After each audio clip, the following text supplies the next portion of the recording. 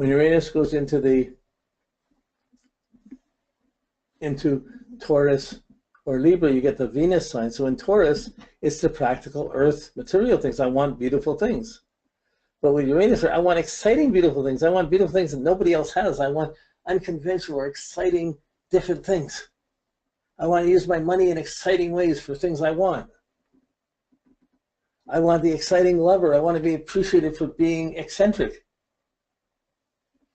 or different. And Taurus is a very qualified sign, so it really brings out, they have the artistic taste and the material, practical sense of what's comfortable, what's healthy, and they're going to want to make something special with it, something different with it, so they have a better quality than other people. Okay, but there would be anxiety, but nothing's ever good enough, and low tolerance whenever something's not working well. There's their anxiety.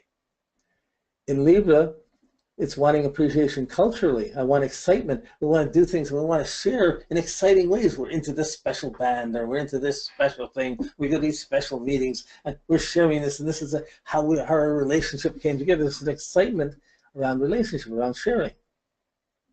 And the quality of the sharing wants to be exciting. But if you have the excitement, I want the exciting relationship, and I have the exciting choices to make, and we're going to see this shocking thing and that, it's going to cost money, and the partner is not always necessarily going to go along with the same thing, but they'll be trying to find that independent person has the same things as you like or believe. Or the anxiety about the person not really that one. So those are the Venus rulerships of beautiful things, cultural things.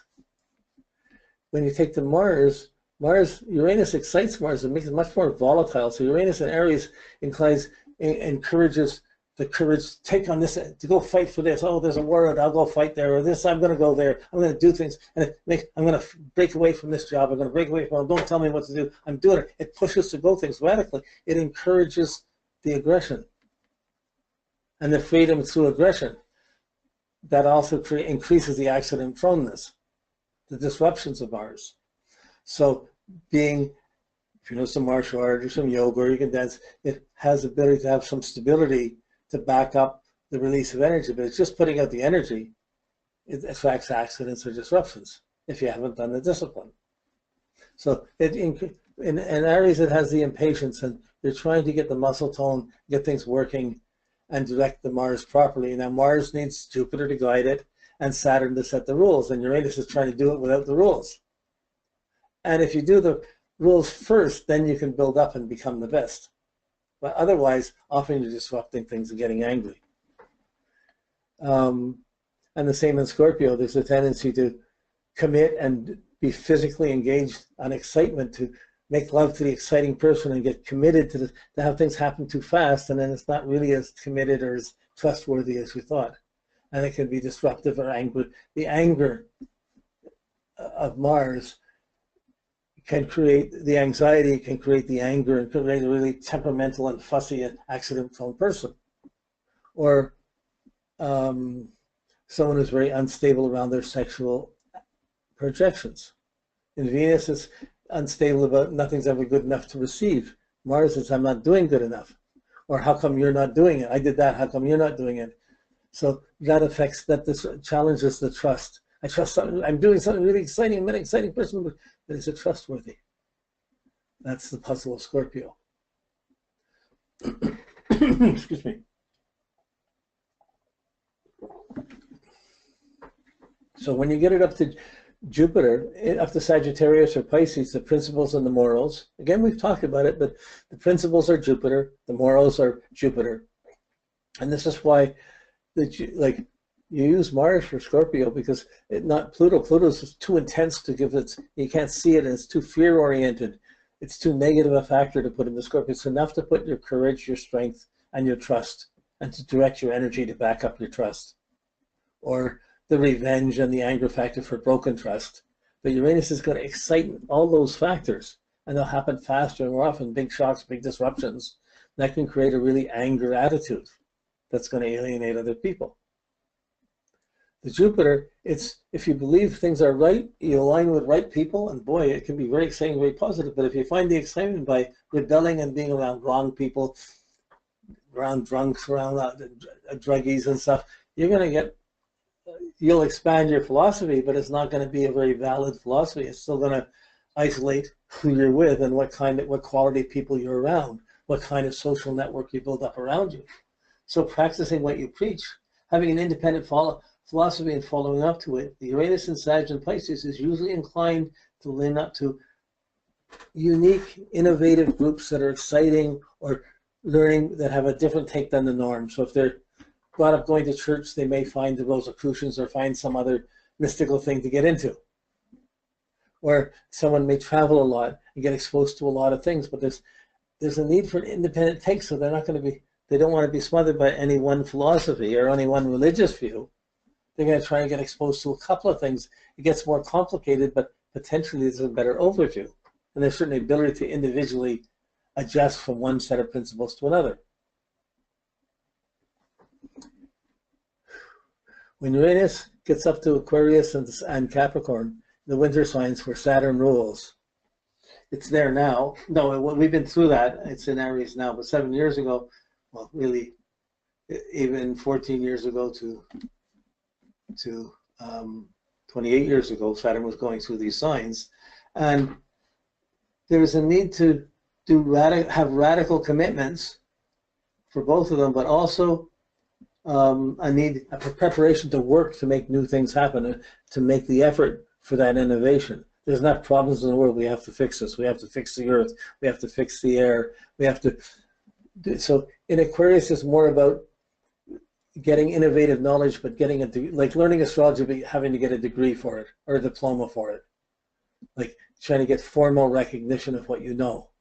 That would, and in something exciting, that would be Uranus, and having the peer pressure around you that would be tied up to it. So it could be astrology, it could be anything else that's shocking or exciting, but there's a need to be knowledgeable and have special information around it and do the research and the work to build up that knowledge and have the friends that respect it. Then that's working well. The not getting acknowledged, not having the education, I can never afford it, I cannot do this, and it's not happening, causes the greater anxiety. So the solution for the Aquarius would be to get your special training. So you have to get through the regular schooling to get your special training. Or so you have to get the special training anyways. It may come later. What time in your life it comes, that hard to say. Uranus and Capricorn, there's a need to find a unique, some independence in your position or in the status, to do it your own way, to have a unique position. It's Saturn ruled, it's inhibited, it's trying to, but respect and honor and dignity. I want freedom that brings dignity. I want respect. Aquarius and Capricorn need respect. So they want to be respected for their independence or their excitement or their own independent moves. But because they're independent moves, the group around them may not always give them respect, or may think they're a bit of wingnut because they're doing something different. But they're still going to do something different so that they can achieve something with it. And they're not just stuck in the old. Okay. So like I said, I think of Uranus as a higher octave of Saturn. Neptune is a higher octave of Jupiter. Pluto, I may not have said this, Pluto is a higher octave of Mars, but I don't give them rulerships. Okay, like they're not seeable, they don't get the respect of being primary dignified stars or planets. So keep them as hidden factors, as undercurrents that are going there, and then you'll begin to see how they come up. At certain times, they'll have a very powerful influence. A lot of times, they'll just be sort of there and floating behind there. Sometimes, depending on the aspects of other things in the chart, Uranus can cause very critical things that activate through a whole lifetime, and you see it. But you want to be able to work with it free of the just negative. You have the anxiety and the excitement. You have the need to be independent, but that makes you mean you're going to be alone. So there's always the two sides. There's the underbelly to Uranus that is really destabilizing, and one has to really work to overcome that. Okay, I think that's about where we are for. If you're going through if you go to the keywords, you're just reinforcing the rulerships.